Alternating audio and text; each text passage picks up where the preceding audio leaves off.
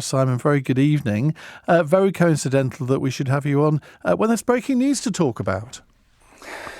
Well, I think at this point in Washington, you could have me on at any time of the day or night, and there would always be breaking news to talk about. It's just been another head-spinning day here in Washington, which, as you know, began about 9 hours ago now, 6 hours ago now, with the revelation at around 9 o'clock in the morning here that Mike Waltz, the National Security Advisor, was out.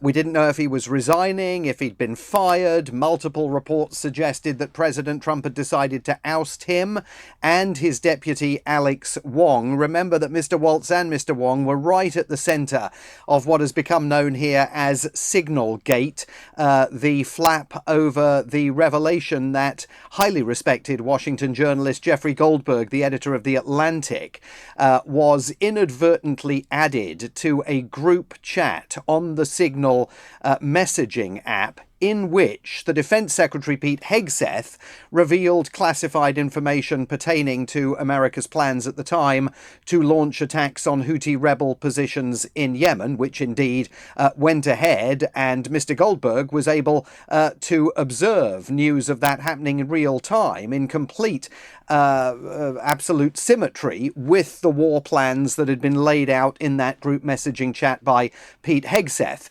Pete Hegseth has survived. Many here wonder how that's possible, given the fact that he disclosed classified information and also other issues that have bedeviled him at the Pentagon. But it's Mike Waltz that is taking the fall, because Mike Waltz was the originator of all of this. He's the man who first reached out, for reasons we don't understand at all, to Mike Waltz, to Jeffrey Goldberg, the reporter, and asked to connect with him on the Signal app. So we all thought that's it for Mike Waltz. That's the end of his career. He will be able to return to his native Florida in relative obscurity. And then suddenly, within the last hour or so, we've had this message from Donald Trump on his Truth Social platform saying that actually Mike Waltz's career is not over, that he's planning to send Mike Waltz to New York to become the next US ambassador to the United Nations. There is a vacancy there because the original plan was to send Congresswoman Elise Stefanik, a Trump backer from New York, to the United Nations. That fell apart because the White House was worried that the Republicans might lose the by-election that would take place if she gave up her seat in Congress and moved to the United Nations. So Mike Waltz might solve a bit of a problem for Donald Trump at the United Nations. But what all this means for Marco Rubio, who is now adding interim national security advisor to his business card at the same time as serving as Secretary of State. Iain, you will correct me if I'm wrong, but I think it's the first time that has happened since Henry Kissinger became the first person ever to occupy both roles at the same time in the Nixon administration. We've seen people who have served in both roles, but not at the same time. How long Marco Rubio takes on that additional burden, and how you do that, given, that the National Security Council is based at the White House and the State Department is its own separate power vertical, that's going to become a big challenge for him, I think. And as Senator Lloyd Bentsen might have said, Marco Rubio is no Henry Kissinger. Well, there is that, although I was just seeing the list of jobs that Marco Rubio now has.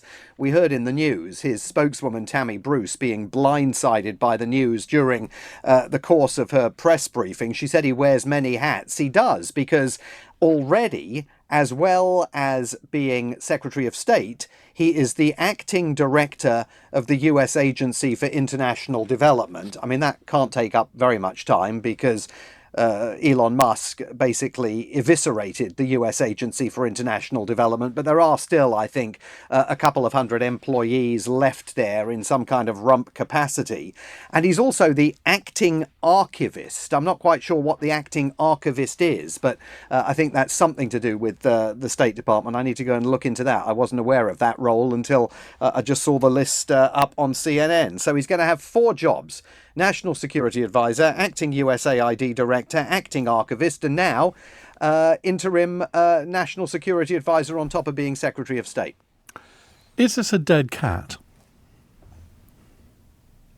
In what sense? Well, in the sense that we're talking about this now whereas we probably would have started off with the Ukrainian mineral deal if this hadn't happened? Yeah, well, I think that's an interesting question. I mean, look, I think for any president of the United States to lose a scalp of the size of a national security advisor's scalp this early in his administration, certainly not what most presidents want. I mean, I think Donald Trump could be excused for feeling a sense of déjà vu about all of this, because remember, in his first term, he lost his first national security advisor, General Michael Flynn, after only 24 days. Mike Waltz at least got to 101, 102 days, depending on how you count these things.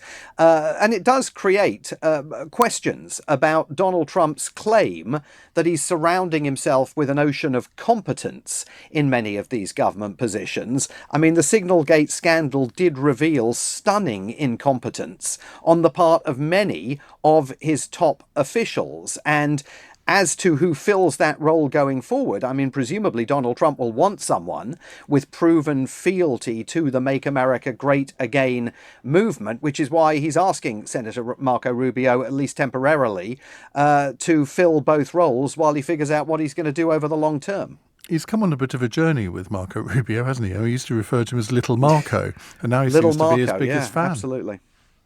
It's amazing. It's amazing what can happen in American politics.